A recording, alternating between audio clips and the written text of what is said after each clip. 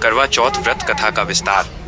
यह कथा मुख्य रूप से वीरावती नाम की एक सती साध्वी स्त्री की निष्ठा और प्रेम को उजागर करती है, जिसने अज्ञानवश छल का शिकार होने के बाद भी अपनी अटूट भक्ति से अपने पति का जीवन वापस पाया।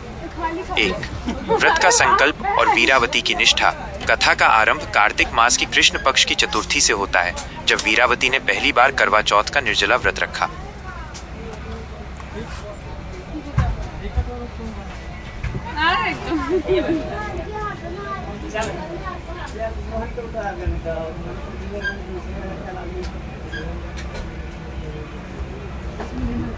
परिचय। वीरावती एक धनी साहूकार की इकलौती लाडली बेटी थी, जिसका 7 भाइयों ने अत्यंत दुलार किया था। संकल्प की कठोरता। सुबह से शुरू हुआ ये व्रत अत्यंत कठोर होता है, क्योंकि इसमें बिना पानी पिए पूरे दिन उपवास रखना होता है, और व्रत तभी पूर्ण माना जाता है जब चंद्रमा के दर्शन हो जाएं और उसे अर्घ्य दे दिया जाए। वीरावती का ये संकल्प उसकी अपने पति के प्रति गहरी आस्था और प्रेम को दर्शाता है। 2. भाइयों का स्नेह और छल।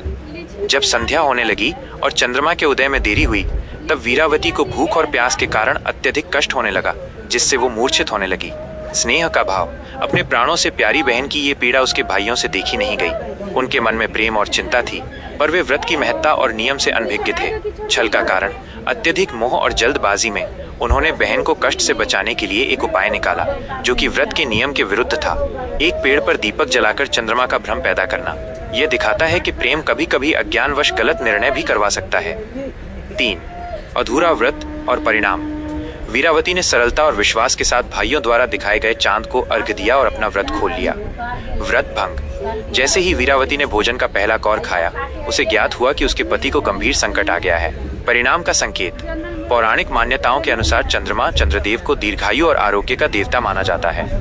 व्रत के नियमों का पालन न करने या छल द्वारा व्रत तोड़ने पर व्रत का फल तत्काल ही नष्ट हो जाता है, जिसका संकेत पति की अस्वस्थता के रूप में मिला। 4.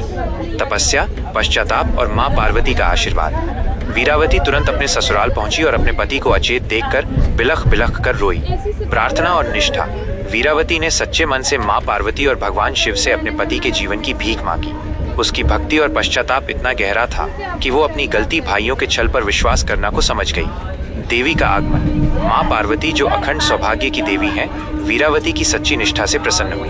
उन्होंने वीरावती को बताया कि उसके व्रत का फल छल के कारण नष्ट हुआ था, पर अब उसकी भक्ति के बल पर वो उसके पति को पुनः जीवन प्रदान करती है। नया नियम। मां पार्वती ने वीरावती को पूरे विधि विधान से व्रत करने का आदेश दिया और आशीर्वाद दिया कि उसका सुहाग अखंड रहेगा। 5. कथा का सार और महत्व। यह कथा केवल पति की लंबी आयु की कहानी नहीं है, बल्कि ये निम्नलिखित तत्वों पर जोर देती है। धार्मिक नियमों का पालन। व्रत तभी फलित होता है जब वो नियम और निष्ठा के साथ किया जाए। छल और जल्दबाजी से उसका महत्व नष्ट हो जाता है। भक्ति की शक्ति। यदि नियमों में चूक हो जाए, तब भी सच्चा पश्चाताप और अटूट भक्ति व्यक्ति को ईश्वर की कृपा का पात्र बना सकती है। प्रेम और त्याग। वीरावती का अपने पति के प्रति निस्वार्थ प्रेम ही था, जिसने उसे देवी की कृपा दिलाई।